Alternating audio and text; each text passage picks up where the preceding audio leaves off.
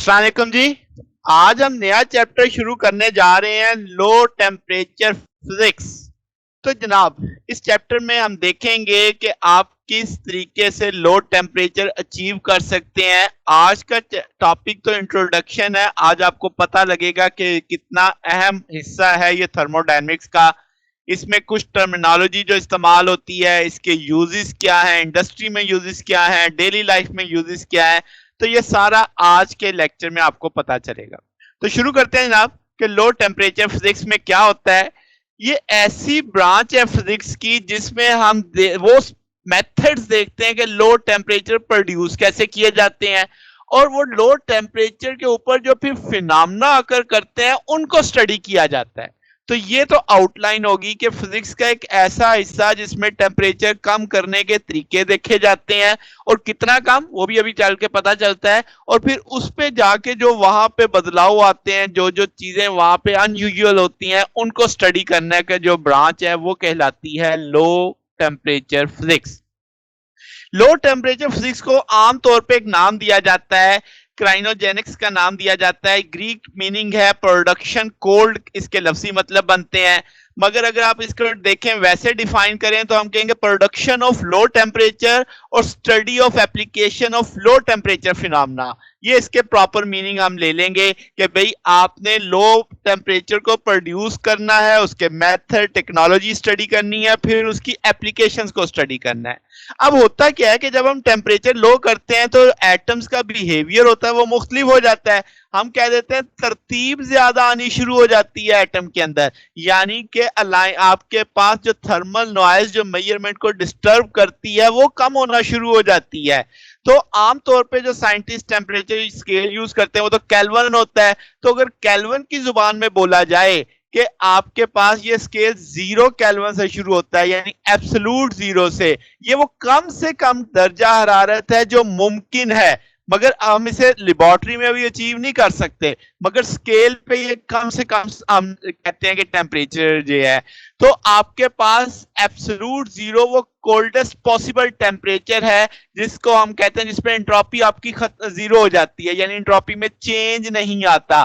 तो इसका मतलब 0 केल्विन या इसके करीब करीब के जो दर्जा हरारत पे हम मामलात देखेंगे, 1 केल्विन 2 केल्विन के ऊपर, तो वो जो फिजिक्स होगी वो आपकी कौन सी होगी? लो टेम्परेचर फिजिक्स होगी। ठीक होगी बात? तो अब आपको पता चल गया कि हम किस दर्जा हरारत की बात कर रहे हैं। अब ये लो आपके पास जो फिजिक्स है इसकी इंपॉर्टेंस क्या है? क्वांटम मैटर में जब हम देखते हैं तो इसकी बहुत अहमियत हो जाती है। सुपर फ्लूइडिटी में, सुपर कंडक्टिविटी में खास तौर पे ये सारे फिनोमेना अकर ही कब करते हैं? जब आप लो टेम्परेचर के ऊपर होते हैं।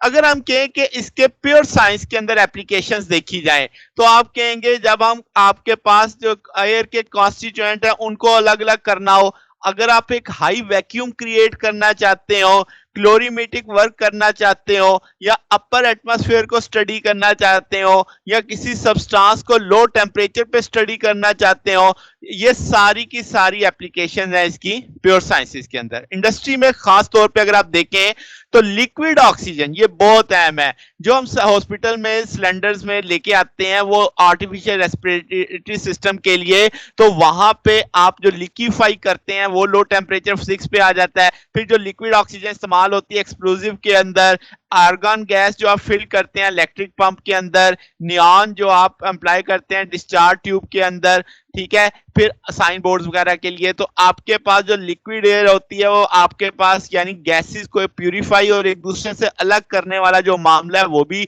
आप इसी लो टेम्परेचर पे जाके कर रहे होते हैं। और फिर सबसे अहम जो है कि आपके पास जो लिक्विफाइड गैस होती है वो रेफ्रिजरेटिंग और एयर कंडीशनर के अंदर जो काम कर रही होती है, तो ये सब भी लो टेम्परेचर की एग्जांपल्स हैं आपके पास या एप्लीकेशंस हैं। अब आपके पास एक चीज है क्रियोनिक्स। क्रियोनिक्स एक कह लें कि एक इस चीज का जो लो टेम्परेचर का ना आजकल का जो ऑब्जेक्टिव है कि हर कोई जो आपके पास इस चीज पे लगा हुआ है कि आपने लो टेम्परेचर पे ह्यूमन डेड बॉडी या आपने कोई ऑर्गन फ्रीज कर देना है, उसे स्टोर कर लेना है, इस उम्मीद पे कि हो सकता है आने वाले वक्त में उसका कोई इलाज हो, हम उसको वापस ला सकें। तो ये आपके पास एक नॉन रिलीजियस अगर होकर देखा जाए तो ये एक बहुत इस पे डेवलपमेंट वर्किंग हो रही है।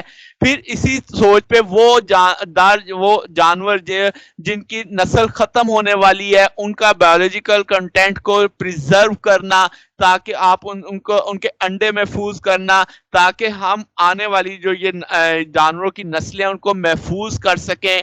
उनको इस सारे का बहुत किरदार हो रहा है।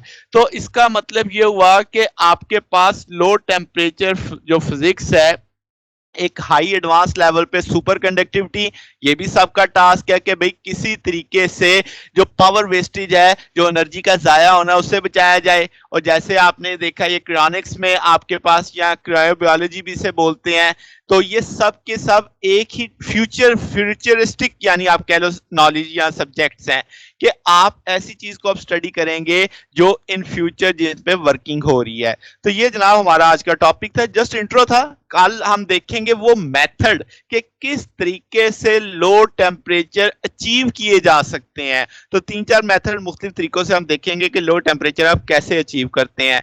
तो आज के लिए इतना ही। अगर आपको इसमें कोई बात पूछनी हो, कोई डाउट हो तो नीचे कमेंट्स में पूछ सकते हैं। वीडियो अच्छी लगी हो तो वीडियो को लाइक कीजिएगा, दोस्तों के साथ शेयर कीजिएगा, चैनल को भी सब्सक्राइब कर दीजिएगा। अब तक के लिए इतना ही, बाकी इंशाल्लाह फिर नेक्स्ट देखेंगे। ओके, अल्लाह हाफिज।